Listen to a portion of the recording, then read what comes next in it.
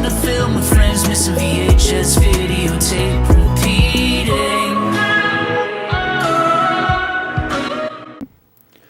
Welcome back, creeps and fam and peeps and crew and fam and, I don't know, stuff. Suspiria. Jessica Harper, Joan Bennett, Dario Argento's Suspiria. Grotesque, fascinating to watch, time-out film guide. The only thing more terrifying than the last 5 minutes of this film are the first 90.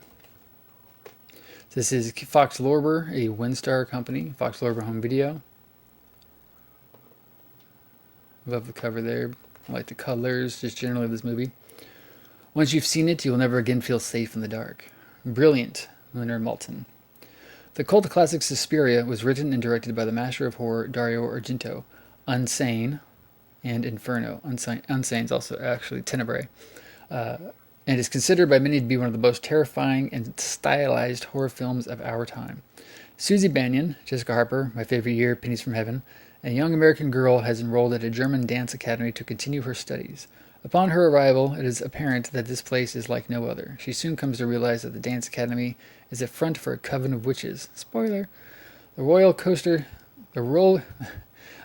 coaster through hell begins as she is thrust into a dreamlike world, full of nightmares and flamboyant murders, among the bloodiest and wildest to take in horror history.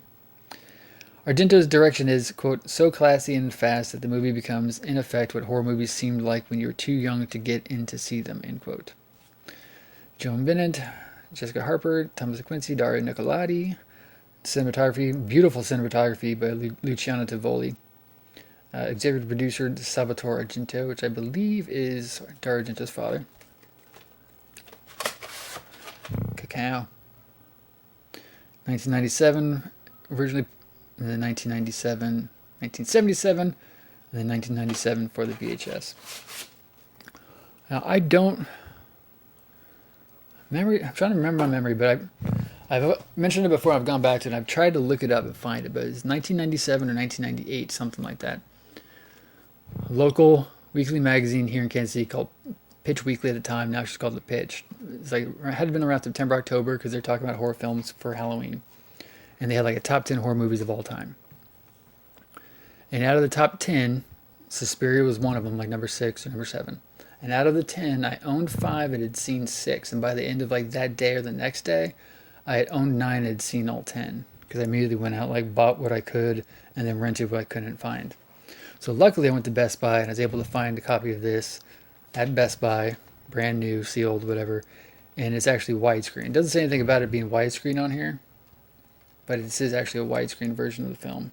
And now that I say that, I question it, although I don't think I've ever seen this movie non-widescreen. There is a different VHS of this that I remember seeing at Video Library after I became familiar with Argento and his other movies and started going to Video Library and looking at other horror stuff. I recognized a different version of Suspiria. But I don't remember if I saw Phenomena first and then backtracked, or I discovered Suspiria and then going to Suncoast, seeing a copy of Phenomena, the Anchor Bay clamshell, and then grabbing it and recognizing Dario Argento's name. So one of the two, it might have been Suspiria, then I found Phenomena. The other two, like I love Phenomena, although Suspiria is a much better movie. If you haven't seen this movie, the music is fantastic. The music by Goblin, the visual look, the colors of it. They actually use like some color processing technique that hadn't been used in a while and or hasn't been used since, one of the two. So just the colors and the visual look of this movie are breathtaking. Beautiful 2:35:1 aspect ratio that Argento used a lot into the 80s. I don't think Tenebrae is 2:35:1, but Inferno was.